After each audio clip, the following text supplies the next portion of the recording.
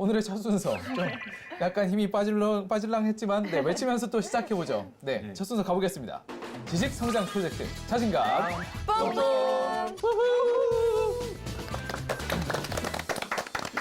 네, 저희 첫 코너는 자신감 뿜뿜 시간이고요. 방금 전에도 길게 썰을 풀어주신 박사학위 4개에 빛나는 저희 자연스님께 매주 한 주 한 가지씩 호기심이 완전 돋는 주제를 골라서 지식과 지혜를 구해보는 시간입니다.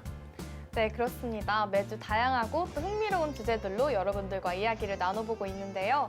이번 주는 과연 어떤 주제일지 주제 공개해 주시죠, 스님. 오늘은 근데 자신감 뿜뿜을 한 번 한 듯한 한 느낌이 느낌인데 나는데 벌써 왠지 또 에너지가 좀 코너를 두 번 하는 왠지 반피 정도 한번 깎이고 한것 하는 같아요. 느낌. 빠밤. 자, 오늘 주제는 빠밤. 서울과 설화벌 그리고 불교라고 설화벌. 하는 주제입니다. 그래서 설화벌? 설화벌이라고 하는 거는 뭐 경주, 신라, 네. 신라를 설화벌, 설화벌. 그다음에 서벌 뭐 이렇게 해서 얘기를 하죠. 그래서 이 설화벌이라는 명칭에 서울이 온 뭐 이런 얘기들을 할 거예요. 그리고 네. 이 설화벌 명칭이 사실 불교랑 관련된다.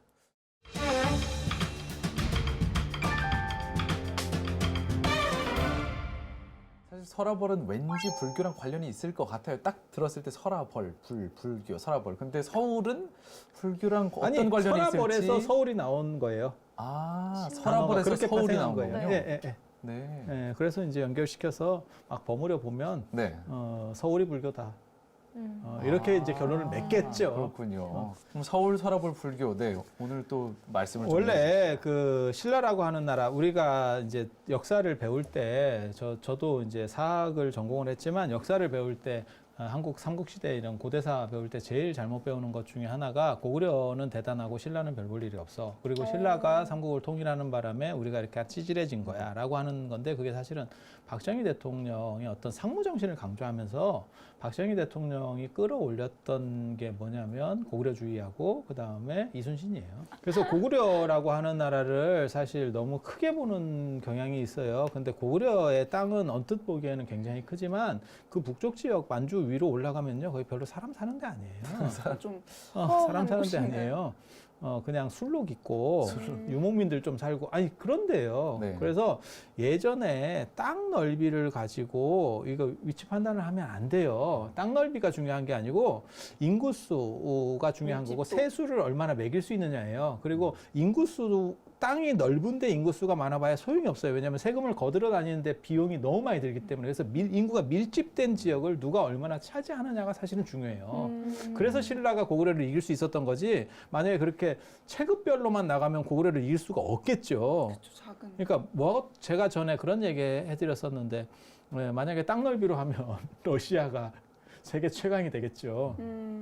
그리고 알래스카 뭐 이런 곳 팔 정도로 하는데 그런데 뭐 그런 의미하고는 좀 달라요. 그래서 그러네요. 네. 우리가 생각하는 것과는 다르고 실제로는 신라가 나라도 더 오래 역사적으로만 보면 역사에 기록된 것만 보면 신라가 더 오래된 나라고 신라는 구석에 있었지만 그 응축된 힘으로 전 백제라고 하는 해양 문화권을 가졌던 그다음에 고구려라고 하는 어떤 유목 문화권을 가졌던 데를 전부 다 제패할 정도면 신라야말로 진정 굉장히 강력한 나라예요. 그러니까 그 힘이 있다니까요. 강력한 에너지가 있는 나라가 사실은 신라예요.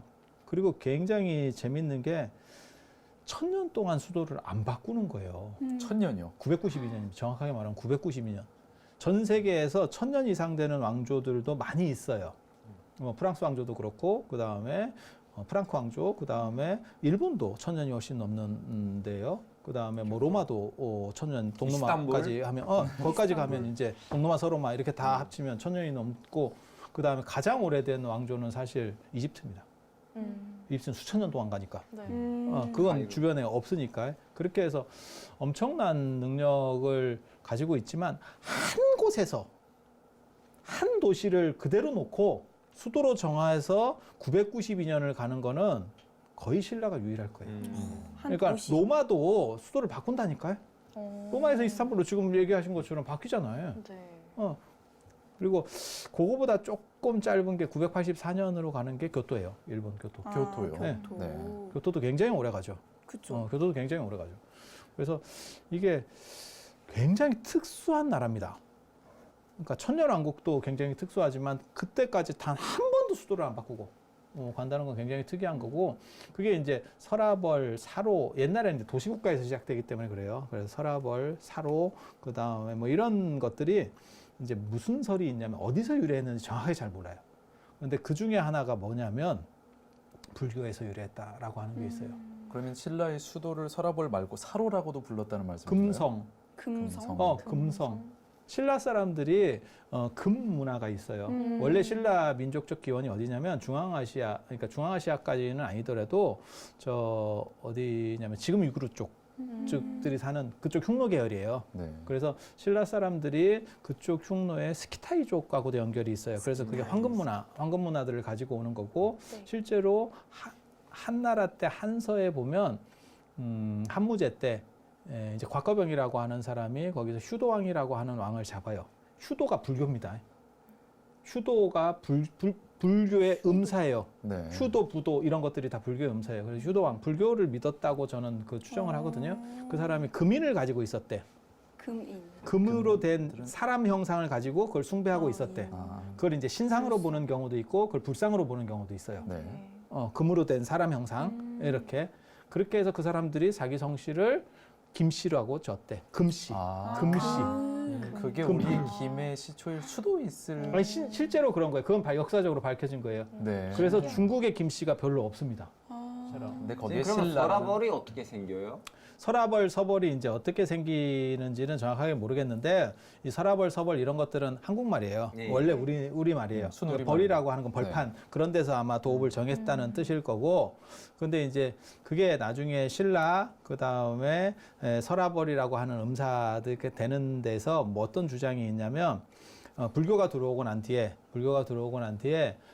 슈라바스티 부처님께서 가장 오래 사신 데가 슈라바스티인데 그거를 기원정사 있는 슈라바스티 거기서 부처님께서 한 18년에서 한 23년 정도 계셨는데 그것에 대한 음사를 신라벌라 그다음에 신라벌 좀 발음을 신라벌? 잘해야겠네요. 네. 좀 신라볼라.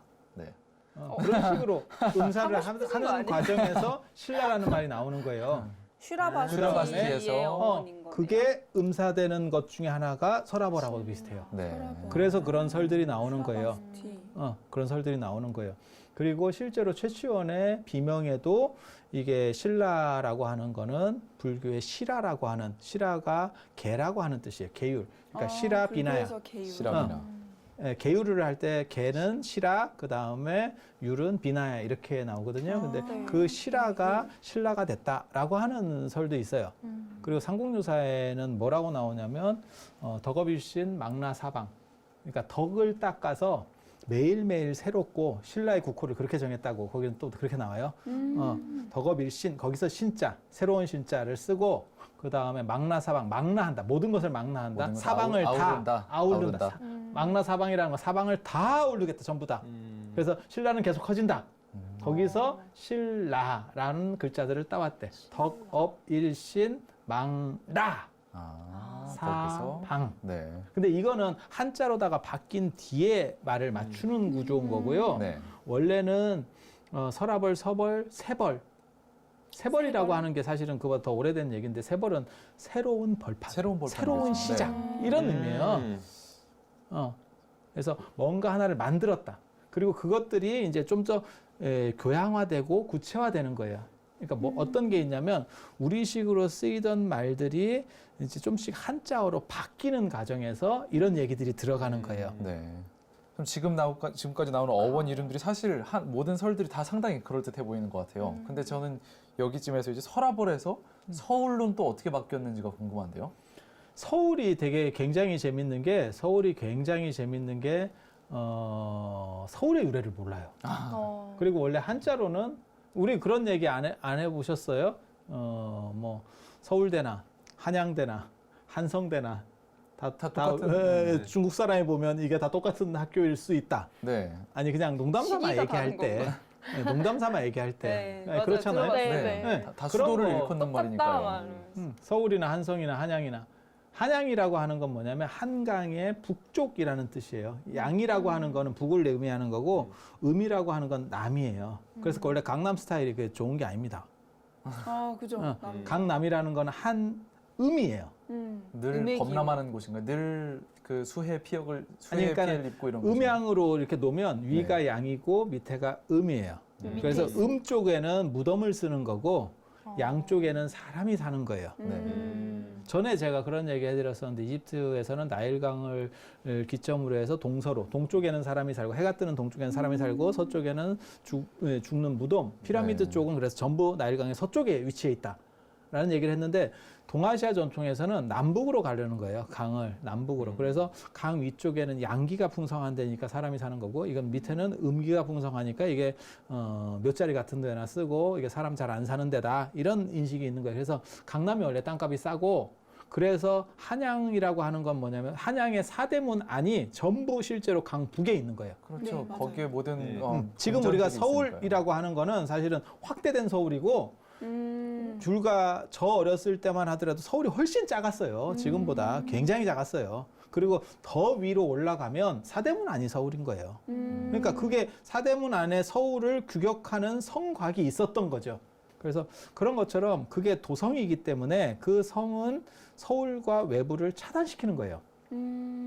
그래서 그게 성문을 열고 닫고 하면서 그러니까 그 성 밖에도 사람이 살아요. 그걸 갭이라 그래요. 옛날엔 갭이들. 갭이요. 갭이. 그러니까는 그거는 좀 성냥개비. 떨어지는 사람들, 떨어지는 사람들, 서울 안에 사는 사람들을 이제 그 수도 성곽 안에 사는 사람들을 좀 어떻게 보면 낮춰 제대로 보이는 제대로 된 사람들. 저 밑에는 좀 천한 것들.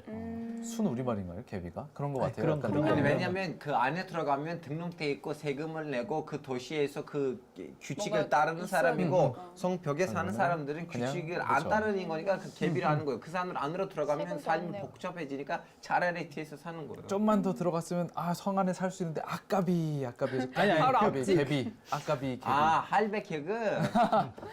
그죠. 할배개그 자 전문. 빨리 넘어갑시다. 할배개그 맞는 거 같아요. 외정 시대 때 개그도 이 정도로 참혹하진 않았어요. 참혹. 개그. 그래서 그런 식의 서울 구조 도성이라는 걸 생각을 해보면 서울은 굉장히 작았고 강남은 서울이 아니에요. 서울이 아니에요. 그래서 강남 쪽의 사람들은 제대로 된 사람들이 아니었었어요. 그래서 옛날에. 옛날에도. 옛날에. 그래서 제가 무슨 얘기하냐면 강남에 살았다가 유명한 사람이 한음밖에 없다니까. 한음 이덕형이밖에 없다니까. 그래서 오성과 한음 할 때 한음이 한음. 한강의 남쪽에 살아서 한음이에요. 자기가 살던 곳을 호로 쓴 거예요. 그러면 네, 네, 한강의 이남 네, 한음. 한음. 그 다음에 한강이라고 하는 거는 지명이 어디서 나오는 거냐면요. 중국의 은하수 아세요? 하늘에 은하수 있는 거 아세요? 네, 은하수 네. 있죠. 이 은하수. 별자리. 네. 은하수가 남북으로 흘러요. 동서로 흐르는 게 아니고 남북으로 흘러요. 이렇게. 그래서 중국 사람들은 그 은하수를 한자로 한이라고 써요. 한나라 한자. 그래서 중국의 물줄기 중에 남북으로 흐르는 물을 한수라고 불러요. 한수. 그거를 우리나라도 그걸 차용해서 이걸 한수라고 쓰는 거예요. 한수. 한강이 그럼 남북으로 흐릅니까? 이렇게 물어보는 사람이 있거든요. 네. 한강을 남북으로 흐른다고 옛날 사람들이 생각했어요. 근데 아닌 거예요. 왜냐하면 북한강, 남한강으로 이렇게 연결시키는 거예요. 지주들을 다 생각해 보면은 이렇게 흐르는 양쪽으로 이렇게 뭉치는 것들을 남북으로 흐른다고 옛날 사람들이 생각을 한 거예요. 근데 네. 결국은 우리는 지금 어떻게 생각하냐면 서에서 동으로 빠져나간다. 아니 동에서 서에서 빠져나간다라고 생각을 하는데 남북의 의미를 강조하는 거예요. 이게 길하다고 본 거예요. 그래서 그거를 한수라고 썼었어요. 조선시대 때. 네, 그걸 나중에 이제 한강이라고 우리가 그냥 이렇게 듣기 좋으라고 우리도 이제 큰 나라다라고 하는 의미를 강조하기 위해서 강을 쓴 한강이라고 쓰는 거고 그래서 한수가 흐르기 때문에 그 위쪽에 한양이 되는 거예요.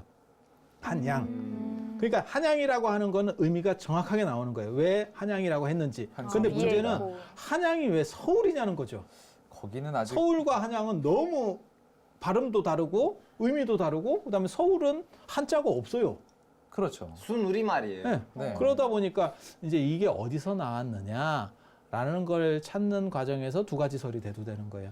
그러니까 하나는 뭐냐면 설울, 설울? 눈 울타리다. 눈 울타리다. 설울에서 나왔다. 라고 하는 거. 그거는 이제 설화 이야기예요. 설화에 뭐가 나오냐면 이성계가 이제 도읍을 옮길 때 이성계가 참고로 말씀드리면 고려의 마지막 임금이 이성계입니다. 조선의 태조 겸 고려의 마지막 임금이에요. 네, 그렇죠. 자꾸 착각해가지고 이성계는 조선의 왕인가 봐 이렇게 생각하는데 그렇지 않아요. 고려의 왕이에요. 그래서 공양왕한테 양의를 공양받고 자기가 고려의 마지막 왕을 했다가 이제 고려를 없애고 새로운 나라로 이제 당 이름을 바꾸는 거죠. 나라 이름을 바꾸는 거예요. 지금 요즘으로 말하면 내가 당대표하고 당 이름을 바꾸듯이 네. 그렇게 바꾸는 거예요. 그리고 그게 전통적으로 고려가 강력한 데서는 좀 생명의 위험이 있을 수 있고 그다음에 저 구세력들을 다 혁파할 수 없겠다. 그러니까 천도를 시켜버리는 거고 천도를 시키고 그때 이제 천도지를 잡을 때 뭐 계룡산, 뭐 신도안이 어떻다는 등 뭐 여러 군데를 봤다는 거잖아요. 그 중에 이제 한 명이 무학대사였고 무학대사가 이제 왕십리까지 와가지고 잘못 길 들어가지고 더 가가지고 왕십리잖아요. 십리를 더 갔다 그래서 왕십리. 아 진짜요? 아, 몰랐어요. 왜? 처음 들어보는 아니 거예요. 관악산에 또 갔다는 것도 있고 거기 다 안 되고 이제 결론적으로는 여기까지. 그 십리를 더 가고 왕십리를 가니까 거기서 어떤 노인네가 소치면서 이런 무학 같은 놈 길을 똑바로 들어야지 그렇게 계속 가고 있냐 이러면서 좁혀가지고 그래요? 이러면서 가서 십리 백 해가지고 한양에 정했다. 아니 센터를 네. 센터를 그렇게 정했다는 거예요. 한 가지 더 추가해드릴 게 지금 사대문이잖아요. 모든 사대문의 그 글씨들이 다 그대로 뭐 동대문 뭐 이렇게 문이 쓰여 있는데 유일하게 남대문에 있는 승례문은 맞아요. 거꾸로 써 있어요. 왜 네, 그런지 맞아요. 아세요? 그건 불 기운을 누르기 위해서 이제 원래 했다고 하는데. 관악산으로 갈 예정이 있었는데 거기 기운이 나쁘니까 이쪽으로 온 건데 혹시나 그쪽에서 기운이 올까봐 그 기운을 젖어내기 위해서 글을 거꾸로 쓰는 거예요. 승례문을. 가로로 쓰고 이제 세로로 쓰고 이제 세로는 수체라고 하는 거예요. 그게 네. 물이 흐르는 것처럼 뭐 이렇게 해서 TMI이지만 외국인으로서 이 정도 정보를 드리면 시청자들은 와 이게 대단하다 할까봐. 그런데 이제 그래서 무학대사가 무학자초예요. 본명은 자초인데 그 양반이 이렇게 털을 점지를 했는데 한양에다가 이렇게 하면은 불교가 없어질 것 같아요.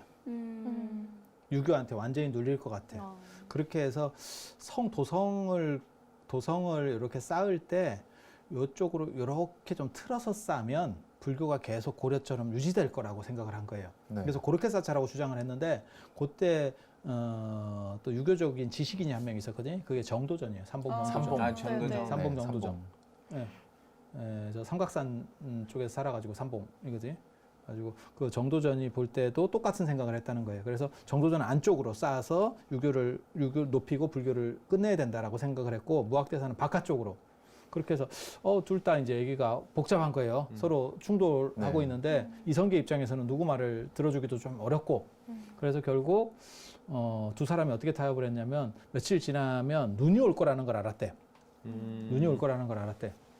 자기네들이 이제 신통이 있는 거예요. 그래서 그러면 그 눈이 오면 눈이 쌓이는 걸 담경계로 합시다. 라고 해서 합의를 봤대요. 네. 그렇게 눈이 쌓였는데 정도전 말대로 눈이 쌓였다는 거예요. 그래서 불교가 끝났다라고 하는 게 설울설이에요. 눈 울타리. 네, 눈 울타리에 따라서 울타리가. 이렇게 쌓았다라고 하는 거고. 그 다음에 이제 서라벌에서 서라벌 그러니까 경주가 오랫동안 수도였었기 때문에 네. 수도였었기 때문에 원래는 그 서라벌이 이제 도시국가니까 그게 곧 국가의 명이기도 해요. 그래서 오랫동안 수도여다 보니까 서라벌이라는 말이 대명사로 쓰이는 거예요. 수도에 대한 대명사. 네. 그래서 서라벌, 서울. 이름을 비슷하게. 서라벌, 서울. 우리도 근데 실제로 그렇게 써요. 그러니까는 뭐 예를 들어서 멕시코 서울은 어디냐? 네, 그렇게 쓸 수 있죠. 네, 그런 식으로 써요. 네. 그래서 대명사 같이 쓰다 보니까 한 992년이나 계속 그 명칭을 수도로 쓰다 보니까 그게 이전됐다라고 하는 거예요. 네. 만약에 그게 이전됐다라는 설을 합리적으로 그게 좀 더 합리적이라고 하는 거거든요. 지금까지 연구 결과에 의하면 네. 그러면 무슨 일이 벌어지느냐? 신라도 불교, 경주도 불교, 서울도 불교. 불교 색을 띠게 되는 거네요. 그러면. 네, 그냥 명칭 시작부터 자체가. 네. 그 슈라바스티에서 다 온 거예요. 그러네요. 기승전결. 네. 그렇게 이제 되는 거죠.